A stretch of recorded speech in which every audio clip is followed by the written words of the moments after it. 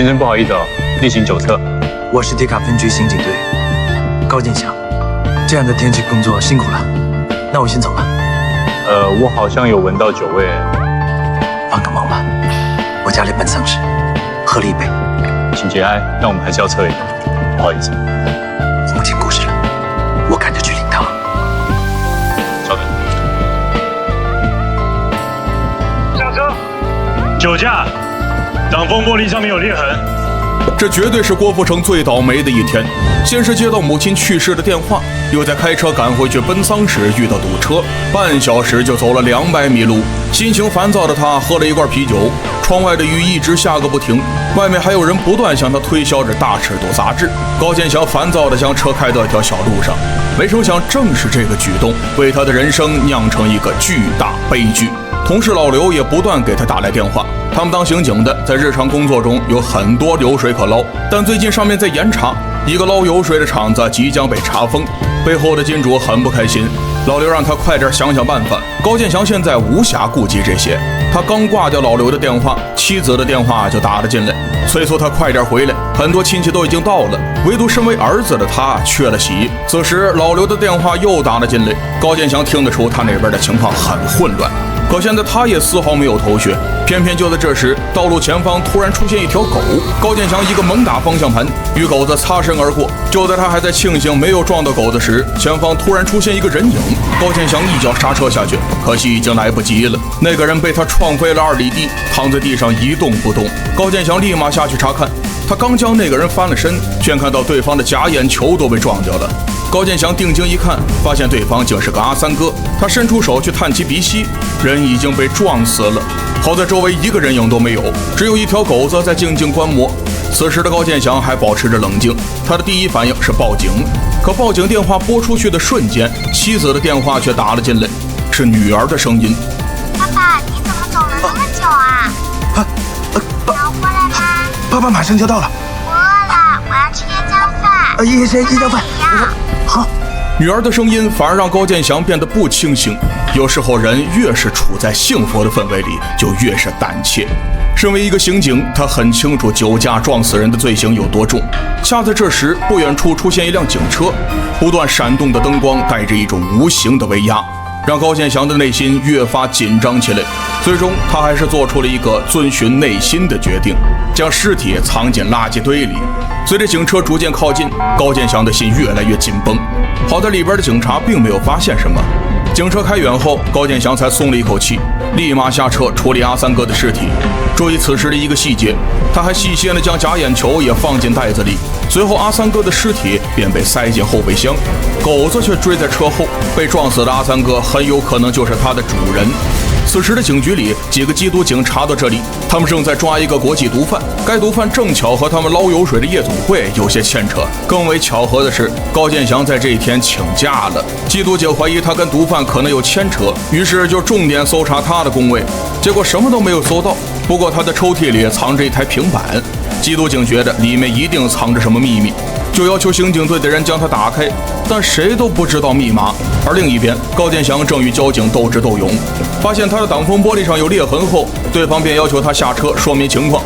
大家辛苦了，我是迪卡分局刑警队高建祥，我今天家里办丧事，喝了一杯，能不能就算了？他的身份未确认。我的身份证号码760-08290-75031，多了一个号码，怎么可能？760，麻烦你跟我到车上确认，这里就可以了吧？高建祥见这一个小交警居然这么不上道，只好耐着性子又把自己的身份证号报了一遍。交警队长立马去查询，这时一个小交警却要查看他的后备箱。高建祥见状立马慌了，里边还藏着阿三哥的尸体，他冲过去阻止了小交警，并和他们打了起来。高建祥真不愧是干刑警的，很快就把几个小交警撂翻在地。然而还没来得及松口气，就被人敲了一下后脑瓜子。这时队长查到了高建祥的身份，证实他真的是刑警队的。接下来高建祥就用实力向我们展示了一波什么叫官大一级压死人。谁打我的头？站出来！你以为警察就可以乱打人了吗？啊！对不起，我知道错了。高建祥就这样逃过一劫，他的车终于在灵堂门口停下。对于母亲的去世，他其实也并没有多大感觉。此时，一个玩具出现在脚边，女儿捡起玩具跑了过来，兴奋地向爸爸索要椰浆饭。高建祥却表示自己忘记买了。早就知道了。从女儿的表现上来看，这样的情况肯定不止出现过一次了。此时，妻子走了过来，我还以为你出车祸呢，你怎么要这么长时间？妻子随口的一句话就道出真相，高建祥却选择闭口不言。他并不打算将此事告诉妻女。此时，一阵急促的脚步声响起，紧张感和压迫感瞬间被拉满。高建祥看到一群警察走了进来，这些人里有他的同事，也有几个陌生面孔。他的第一反应是自己撞死人的事被发现了，但转念一想，没有这么快，所以他又强迫自己保持淡定。追查毒贩，要请你协助调查。把平板打开。高建祥明显松了一口气，因为他和毒贩没什么关系，也进一步证明他们不是为了车祸的事儿来的。高建祥打开平板，对方接过一看，就发现了里面捞油水的记录，但他们并不会多说什么。一是因为这和毒贩的案子无关，二是因为这显然是行业内共通的秘密。这年头当警察的，谁还不捞点油水？与毒贩打交道的他们，油水更是多的捞不完，所以高建祥才会面不改色地将平板递出去。既然高建祥与毒贩没有任何联系，那么他们就收工了。不过平板里的内容，他们还是要交给廉政公署。高建祥和老刘对视一眼，两人谁都没有说什么，神情也算不上慌乱，说明捞油水这事儿并不算太大，还有摆平的余地。一行人离开后，高建祥来到灵堂里给母亲订棺，然而全程他都有些心不在焉。此时老刘给他发了一条信息，说缉毒警要去搜查他的车。高建祥立马慌了，他敷衍地完成了订棺仪式，然后看向通风管道，立马心生一计。他带着女儿的玩具来到车旁，将尸体和玩具用一根足够长的铁丝绑起来，然后用力将玩具扔进通风管道里，尸体也被塞进管道口。进去时，他手里还拿着一束气球，又用超能力买通殡仪馆的工作人员。最后一晚，能让我再陪我妈一下吗？会听普通话吗？会听不会讲，关门的时间过了。好吧，一点一滴也要离开，我们会来看的。这个没录，这个不录，今天我妈的。你妈的？孝顺。工作人员出去后，高建祥用气球挡住摄像头，随后便开始了自己的计划。他先是将门锁好，紧接着搬来一把椅子，踩在上面试图打开通风管道，却发现自己的身高有点不够用，如果是阿祖来演可能就够了。高建祥只能对不起自己的老妈，他将棺材推到通风管道下方，他尚存一丝理智，没有穿着鞋就踩在母亲的棺材上，用硬币将通风管道打开后，便按响手里的遥控器。只是因为距离有些远，玩具并没有感应到，高建祥只好伸长了手去够。这次玩具终于感应到了，结果他一启动就会发出婴儿的啼哭声，正巧被外边的两个女护工听到。跟你说，今天早上来了一个小娃娃，你是说太太哭晕送院的那个？两人还以为闹鬼了，吓得失声尖叫起来。他们将工作人员叫来查看，却发现门被锁上了。工作人员立马呼叫监控室，看看里边发生了什么。好在监控里一片空白。CCTV 好像坏了，帮我拿手试一下可以吗？他们的对话被高建祥听在耳中，他明白自己必须在门被打开之前将尸体装进棺材里。此时玩具已经快爬到洞口，却在其有一步之遥时没电了。高建祥伸长了手去够，却只差着一个拳头的距离。他再次对不起自己的老妈，取下其脖子上的玉佩，终于将玩具拉了过来。此时工作人员已经来到2楼，同时将钥匙扔给他，却不小心落在台阶上。这下神来之笔又为高建祥争取了一点时间。他用力将尸体从通风管道里拉出来，放进老妈的棺材里，然后再用鞋把棺材钉上。还好今天穿的是皮鞋。完成这一切后，高建祥气喘吁吁地坐在椅子上，仿佛刚才什么都没发生过。就在工作人员的脚步声慢慢靠近时，棺材里却响起一阵手机铃声。母亲入棺前一定被打理过，所以手机不可能是他的，那么就只能是阿三哥的了。高建祥再次慌张起来。妈妈帮我！儿子不省心，老母亲就算进了棺材，也依旧有任务在身。或许是母亲真的显灵了，在工作人员打开门之前，手机铃声正巧停了。你还没有走啊？睡着了。刚才你听到怪的声音吗？只听到我妈妈跟我讲话，别的都没听见。工作人员更加确定就是闹鬼了。高建祥佯装伤心地走了出去，却被对方叫住。哎，等一下！妈的，别录！高建祥从里边出来时，腿都吓软了。这或许是他人生中最紧张的一次。隔天，母亲就被拉去墓园下葬。没想到在路上时，手机铃声再次响起，吓得司机差点没叫出声。下葬时，高建祥的内心无比慌张，他生怕手机铃声再次响起来。而下葬的人却发现一个很奇怪的现象，那就是这老太太沉得有点过头了。直到埋土时，高建祥才跪在地上失声痛哭起来。妈，对不起啊！妈，真是个孝子。高建祥口中的对不起，绝不是生前的，而是在他死后，自己还往他的棺材里塞了一个阿三哥给他作伴。一番痛哭流涕后，高建祥的心情总算平静了不少。这时，女儿又换了一辆玩具汽车，他高兴地向父亲展示着：“爸爸，车子跑得很快吧？”“对，比娃娃快。”若是女儿昨天就拥有这辆玩具小汽车，他就不用那么慌张了。女孩子玩什么车呀？我娃被偷了。谁偷的？他怎么会知道是谁偷的？小孩子东西都偷，也真是缺德。这么便宜东西都偷，这人肯定有苦衷的。高建祥不能将自己的苦衷告诉妻子，此刻他的内心是孤寂的。但现在最重要的就是将撞车的痕迹掩盖了。很快他就心生一计，一辆警车违停在路边，这还真是想睡觉就有人递枕头。他往嘴里塞了几块面包，这个行为是为了缓解内心的紧张，以及待会儿说话时紧张结巴。随后他一脚油门踩下去，警车直接被撞出800米远。两个交警都被吓傻了，立马走过来查看情况。高建祥却迈着嚣张的步伐走下来，这种时候比的就是气势。迪卡分局刑警高建祥，你们怎么可以随便把车停在路边啊？这都多危险啊！两个交警确实违规停车了，可但凡长了眼睛的人都不可能会这样撞上来。高建祥怎么看都是故意的，但官大一级真的能压死人，所以两个交警只能认栽。高建祥就这样找到理由，把挡风玻璃换了。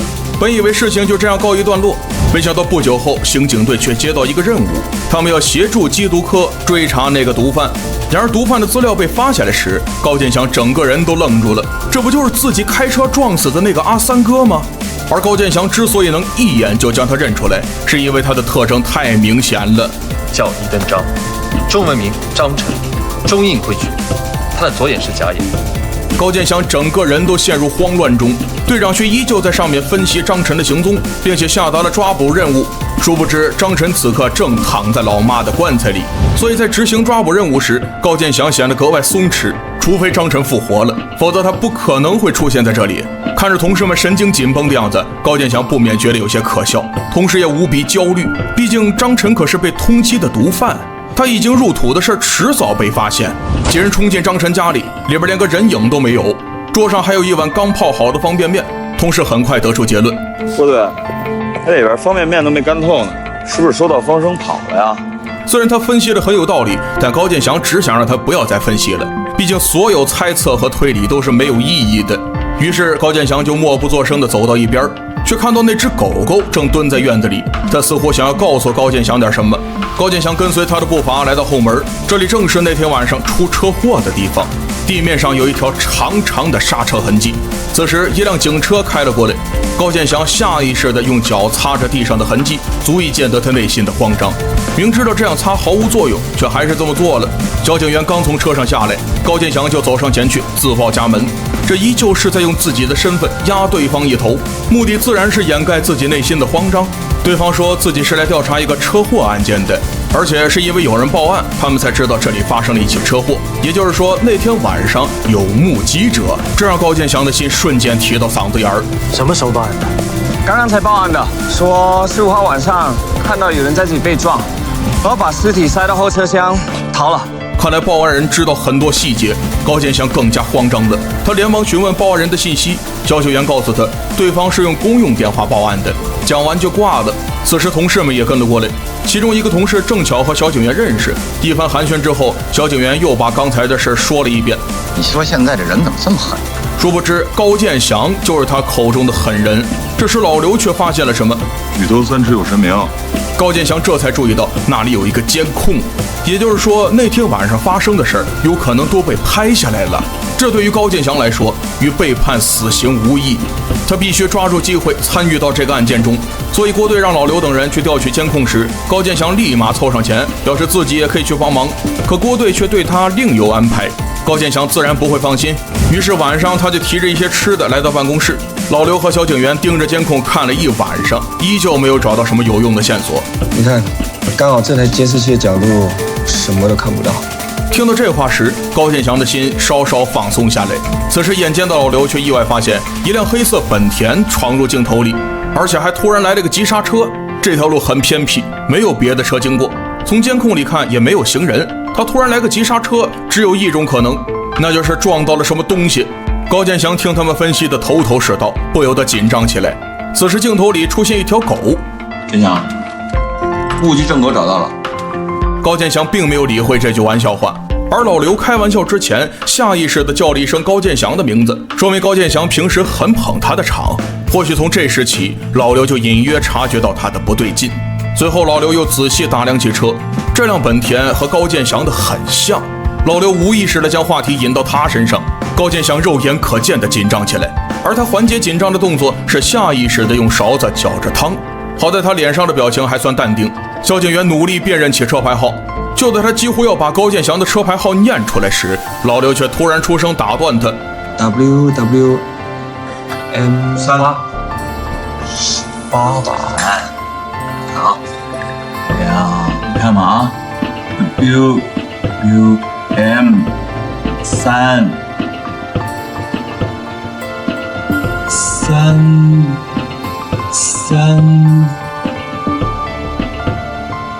哎呀，分辨率太低了，雾气这么大，什么都看不见。其实早在这个时候，老刘应该已经猜到肇事者就是高建祥。首先，他怪异的行为和举止就已经说明一切。其次，老刘的眼神很好使，他已经看清了车牌号，却故意打断小警员，最后干脆说看不清，顺便转移了话题。建祥，你今天在哪儿买的？好像不太干净吧？就是我们平常吃的那家的。为了不让自己显得太过业余，老刘让小警员去盘查 WWM 开头的车，再去修车厂查一下最近都有哪些人去修过车。高建祥那颗前一秒才放下决心又提了起来。WWM 在吉隆坡至少要有3000辆吧？对啊，而且最近没什么缺。对于高建祥来说，最近可谓是多事之秋。他回到家后，刚想点燃一支烟放松一下，就被妻子制止了。他在计划着去三亚玩的事，高建祥却早就将对妻子的承诺抛到九霄云外，这让妻子对他有些不满。但他也很能理解丈夫的工作繁忙。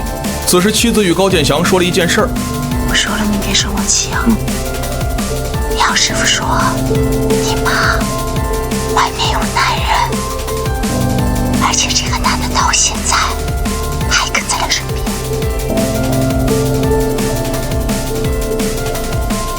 你呀，别信他的鬼话，妈都过世了。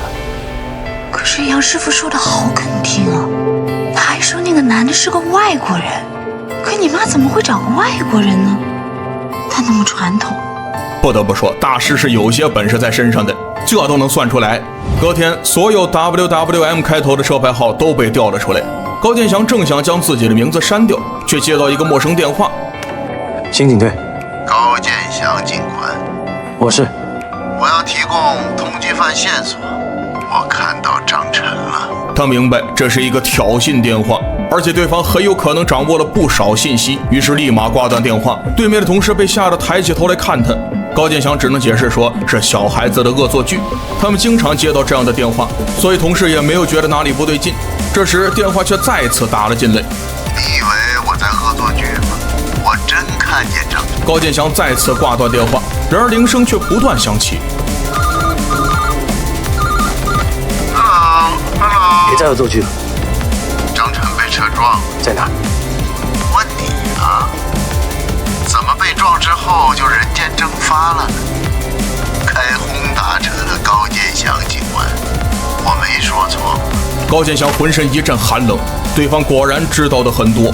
他将电话摆在一边，确保对方的电话打不进来，结果铃声再次响起，原来竟打去了同事那里。他让你接电话，手机。高建祥越发觉得脊背发凉，他来到窗边接电话，对方开口就说要去举报他，并直接将他定义为杀人犯。高建祥肉眼可见地慌了起来。你是不是找错人了？你这样，我们很难往下沟通啊。高建祥故意与对方周旋，并在窗边寻找着他的身影。他看到一个穿着白色西装的人站在公用电话旁。随着对方挂断电话，高建祥这边的电话也被挂断。他很确定就是那个白衣男，于是便疾步追了下去。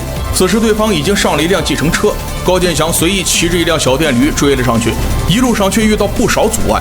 眼看对方的车越来越远，高建祥有些心如死灰。谁知对方竟故意让司机停下车等他，后面的车一直在催，司机心急如焚。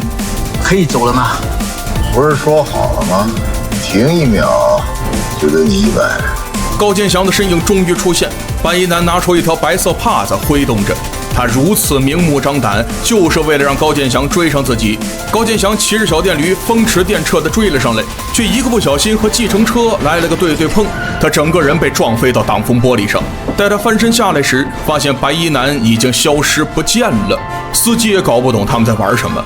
只见白衣男突然出现在街道对面，他挥动着手帕，做出奔跑的动作，在挑衅地告诉高建祥：“有种就来追我呀！”高建祥毫不犹豫地追了上去，两人又拉开了一场追逐战。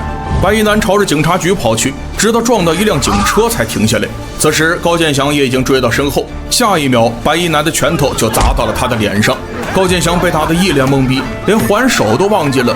好在几个同事及时将白衣男拉开。哎，我同事，哎，同事，他是警察。让我想想，他跟我要找的那个杀人犯，简直长得太像了，误会了。郭队告诉高建祥，此人名叫陈昌民，是缉毒警队长。这次刑警协助的就是他。他的身份让高建祥更加警惕起来。既然他什么都知道，那么自己迟早有一天要落网。陈昌民对高建祥来说就像一颗不定时的炸弹，指不定什么时候就会爆炸。他在卫生间找到陈昌民。医生说我的前列腺有问题，所以我每到一个地方，我都要先上厕所。意在提醒高建祥，如果想找自己的话，就来卫生间。高建祥只想知道他的目的。我想要的电话里已经告诉你，把张晨交给我。高建祥自然不会承认自己开车撞死了张晨，但陈昌民却十分肯定，还表示自己就是那个目击者。只要高建祥把张晨的尸体交给自己，他绝不会为难高建祥。高建祥自然不会信他的鬼话，坚决否认自己知道张晨的下落。你信不信我能把你的屎从你的屁股里给挤出来？我最讨厌别人摸我屁股，还摸那么久。高建祥先发制人，陈昌民被打得毫无还手之力，于是他偷偷拔下水管，并对着高建祥的肚子一顿猛捶。高建祥失去了优势，被一个过肩摔撂倒在地。我说我前列腺有问题，你踢得还这么狠！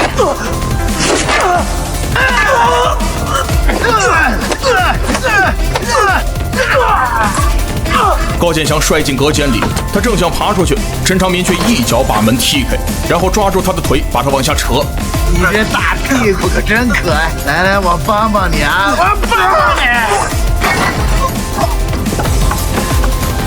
有人在家吗？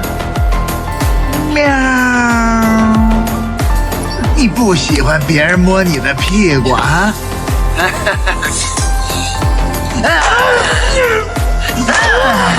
你总是这把事情搞得非常复杂，咱们好好聊聊不行吗？在陈昌民的暴力胁迫下，高建祥终于承认是自己撞死了张晨，并答应把张晨的尸体交给他。当天傍晚，高建祥就开车来到墓园里，把老母亲的墓挖开，张晨的尸体终于重见天日。这时高建祥才发现他身上竟有2个弹孔，原来张晨在被车撞到之前就已经死了。这么说自己成了背锅侠，高建祥这才反应过来自己被人设计了。他找到张晨的电话，发现里面已经没有电了，便赶紧来到车里冲上，随后找到最后一个打进来的号码。喂，张晨，这王八蛋跑去哪了？怎么不接我电话？还他妈关机！你在哪？我还以为被昌明给宰了呢。听到陈昌民的名字时，高建祥立马确定设计陷害自己的人就是他。那么陈昌民为什么要这么做呢？高建祥很想找到答案，于是就让同事帮自己定位那个号码的地址。然而这却是违反规定的，同事有些不敢。高建祥保证所有后果都由自己来承担。两个人打电话时，老刘走了进来，他早就察觉到高建祥的不对劲。此时同事递过来一张高建祥的罚单，也就是说他在撞警车之前就已经出另外一起车祸了。这更是直接证实了老刘的猜测，撞死张晨的那辆车果然就是高建祥的。高建祥根据同事发来的地址找到最后一个与张晨通话的人，此人名叫李东顺，有过3次前科，此刻正坐在一家超市里吃着泡面。高建祥敲了敲玻璃窗，一见对方可能是警察，李东顺拔腿就跑。别跑！我不是来抓你，聊两句。操！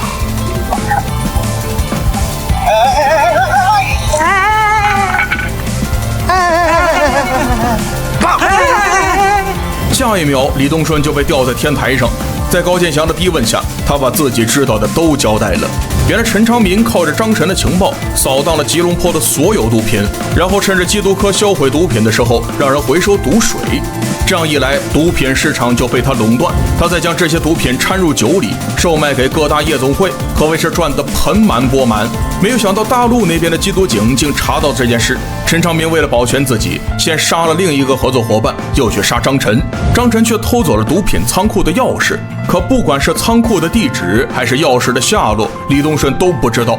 高建祥清楚这些毒贩最喜欢把东西塞进屁股里，于是就戴上手套，试图在张晨的屁股里找出钥匙，可惜一无所获。李东顺告诉他，有可能在沙爹身上，沙爹正是那条差点被高建祥撞死的狗子。高建祥立马开车来到张晨家里，并在狗窝里找到沙爹。他在一个钱包里发现一张卡片，只见中间的芯片被抠掉了，被抠掉的部分很有可能就是钥匙。卡片上还写了一个地址，大概率就是藏毒的仓库。高建祥刚从狗窝出来，就看到自己背后站着个人，原来竟是老刘。他不知道高建祥瞒了自己多少事，但他可以肯定的是，张晨就是被高建祥撞死的。你撞警车之前就已经出事了，怎么解释？我不把这份罚单扣下来，你早在拘留所吃饱了。我被陈昌明陷害了。他不是一直在帮你吗？高建祥将近期发生的事一五一十地告诉了老刘。他本以为对方不会相信如此荒唐的事，谁知老刘竟无条件相信他。真的吗？真的。你看那个样子，收个保费你都紧张，哪有总干这么大事？把我交出去，我不想再逃避。没成想老刘却把罚单给撕碎了。他知道高建祥不过是个受害者，真正该被绳之以法的人是陈昌民。为了保住高建祥，老刘把这个月刚发的工资给了他，让他带着妻女离开吉隆坡。高建祥不能就这样丢下老刘一走了之。就在两人争执间，高建祥的电话响了起来，是陈昌民打来的，说自己有点事想当面和他谈，便让他下车往前走20步，自己就在那里等着他。我到了，你在哪儿？我在你后边。老刘还坐在车上，这么一砸，他指定没命了。高建祥痛苦地哭出声，陈昌民的笑声却不断在耳边响起，这让高建祥无比崩溃。他表示自己一定会去举报陈昌民，让其接受法律的制裁。然而此时陈昌民却出现在他家门口。我好害怕呀！冲动当不了一个好警察，冲动也做不了一个好父亲。你来听一听下面的声音跟谁有关系？请问一下，这里是朝圣路147号13楼吗？是啊，是谁？听到女儿的声音时，高建祥的情绪立马陷入恐慌中。他求陈昌民不要碰自己的家人。随即妻子的声音也传了过来，他还热情地邀请陈昌民进去坐。高建祥挂断电话后，立马开车赶了回去。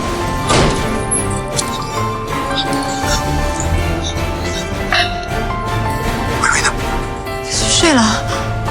你怎么了？你怎么了？出什么事了？自从撞到张晨那天起，高建祥的人生就开始走霉运。但他知道自己不能逃避这一切，他他只有先将妻子和女儿安顿好，然后独自去应对陈长民。妻子也没有追问他发生了什么，带着女儿连夜赶去三亚。高建祥连夜写了一封自首信，谁知信还没有发出去，就收到陈长民的短信。对方告诉高建祥，自首也没用，只要他的妻子和女儿还在外面，他就永远都有软肋。而他现在唯一能做的，就是带着张晨的尸体去见陈长民。思考再三后，高建祥只能认输。不过在此之前，他做了一些准备。首先就是到警局领取了12发子弹，其中有6发是空包弹。高建祥知道陈长民是一个生性多疑的人，于是就先将6发空包弹装进枪里，随后又拿了一颗炸弹装在张晨身上。做完这一切，他才开车来到与陈长民约定的地点。陈长民如他所料一般，果然疑心病很重。高建祥刚把张晨的尸体搬运到他的车里，他就一个回手掏，把高建祥身上的枪掏了出来，然后又拿出金属探测仪对着他检查，就连张晨身上都不忘检查一番。为什么总把东西放在屁股呢？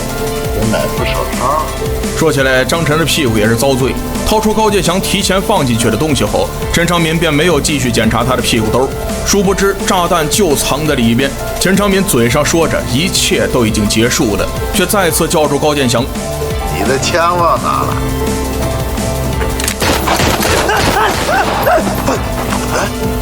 这是玩具吗？啊！你要杀我吗？来，开枪！开枪打死我！打死我！明天警队就会收到你杀人还你杀警的证据！开啊！此刻玩的就是心理战术。高建祥笃定陈长民不敢再开枪，而陈长民也终于被他逼得第一次认怂。你比他牛，有种！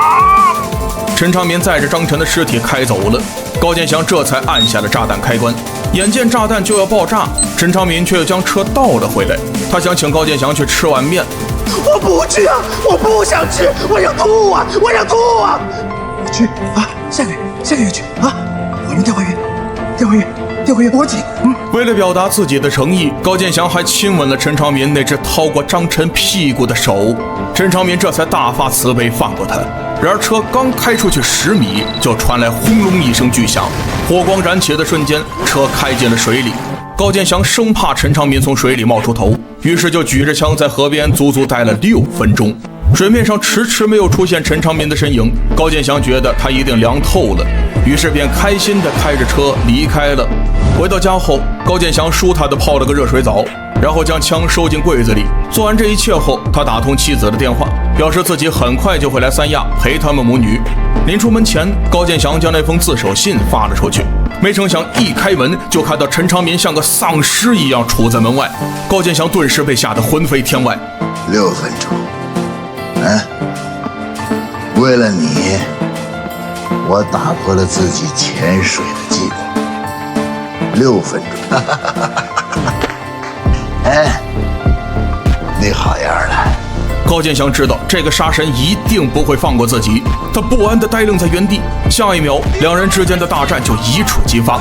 高建祥全然没有做好战斗准备，被陈长民按在地上摩擦。连续遭受了几次暴击后，他突然起身逃进房间，并柜子抵住房门。陈长民却用刀将门板劈开。高建祥一把抓住他的手，又用一条领带将他的手绑在柜子上。随后他爬窗户绕到客厅，打算给陈长民来一招出其不意。然而过程中却花费了一些时间。当他打开客厅的玻璃窗时，发现陈长民早已解放了自己的手。此刻任何技巧都不再有用，两人只好展开肉搏。